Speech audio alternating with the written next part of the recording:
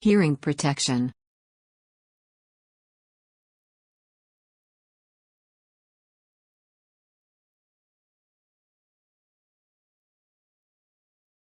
Hearing Protection 29 CFR 1910.95 I. 1. Employers shall make hearing protectors available to all employees exposed to an 8-hour time-weighted average of 85 decibels or greater at no cost to the employees.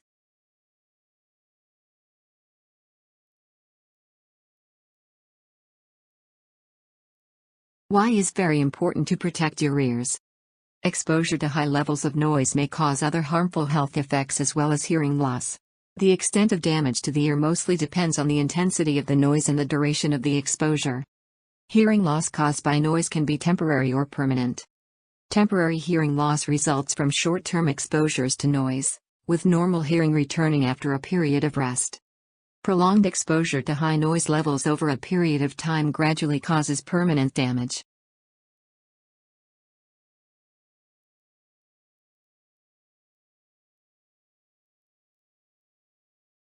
Loud noise can also create physical and psychological stress, reduce productivity, interfere with communication and concentration, and contribute to workplace accidents and injuries by making it difficult to hear warning signals.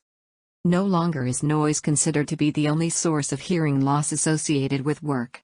Exposure to chemicals, like aromatic solvents, and metals, such as lead, arsenic, and mercury, can result in hearing loss.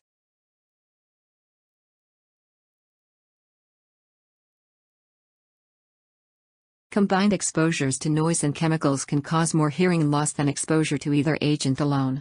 Vibration and extreme heat are also potentially harmful to hearing when combined with noise.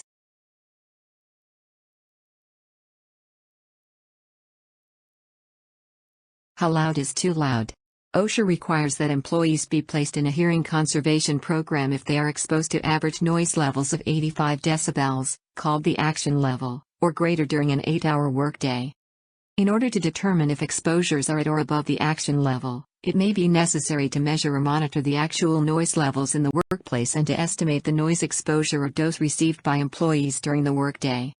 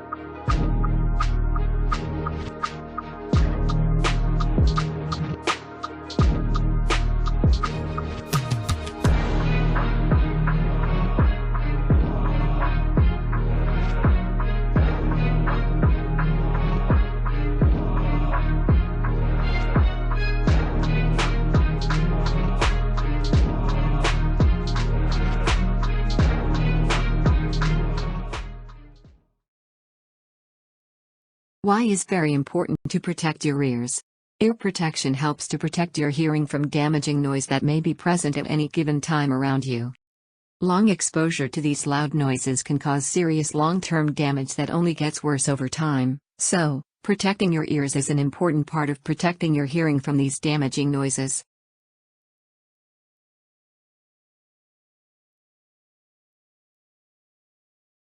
Any type of noise exposure can have damaging effects on one's hearing over time.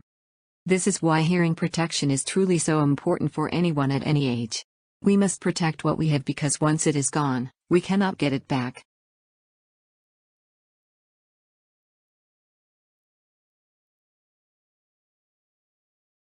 The Hearing Conservation Program.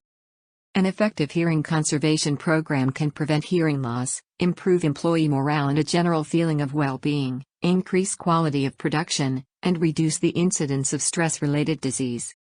The employer should administer a continuing, effective hearing conservation program whenever employee noise exposures are at or above an 8-hour time-weighted average, TWA, sound level of 85 decibels or, equivalently, a dose of 50%.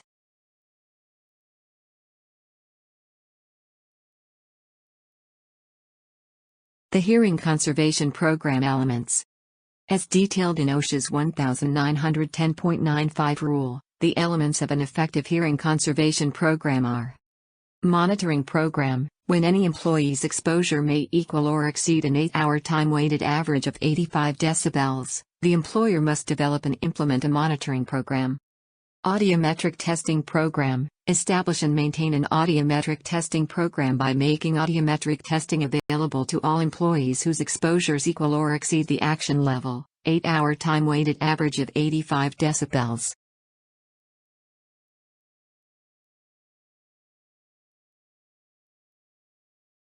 Hearing protection devices, HPDs. Employers must make hearing protectors available to all employees exposed to an 8-hour time-weighted average of 85 decibels or greater at no cost to the employees. Employee training and education. The employer must train each employee who is exposed to noise at or above an 8-hour time-weighted average of 85 decibels. The employer must institute a training program and ensure employee participation in the program. Record keeping. The employer shall maintain an accurate record of all employee exposure measurements.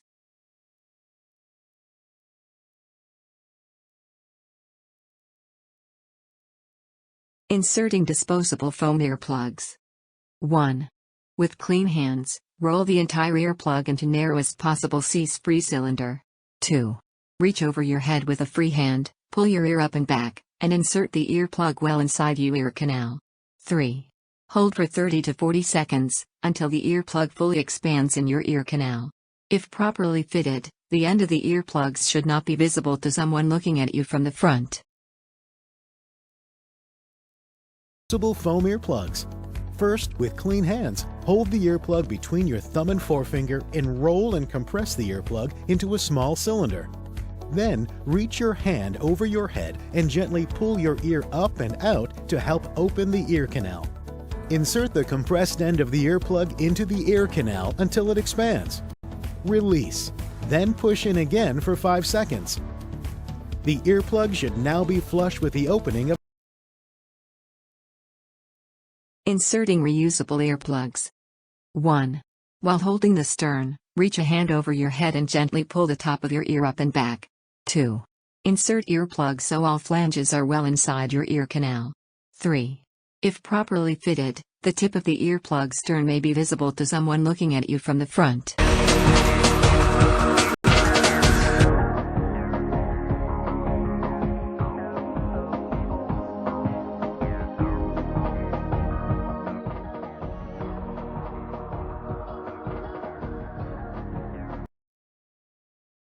Inserting banded earplugs. 1. Position band under your chin as shown above. Use your hands to press the earpods well into the ear canal using an inward motion. 2. Protection levels are improved by pulling your ear up and back when fitting as shown. 3. In a noisy environment, lightly press the band inward with your fingertips as shown. You should not notice a significant difference in noise level.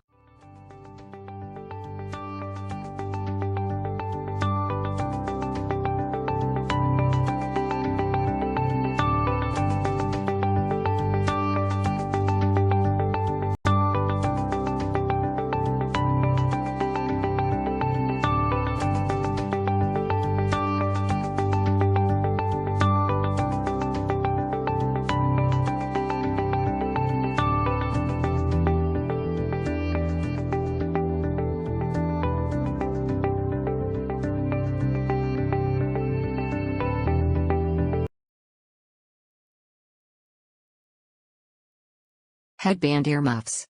1. To fit, fully extend headband. 2. Place cups over ear. 3. Slide headband down to fit.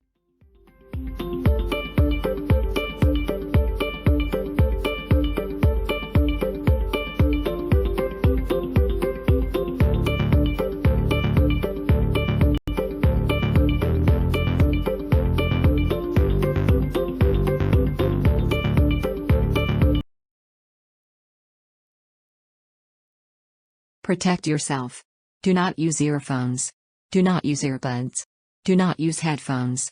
These devices are not approved as hearing protection and is not regulated by OSHA standards.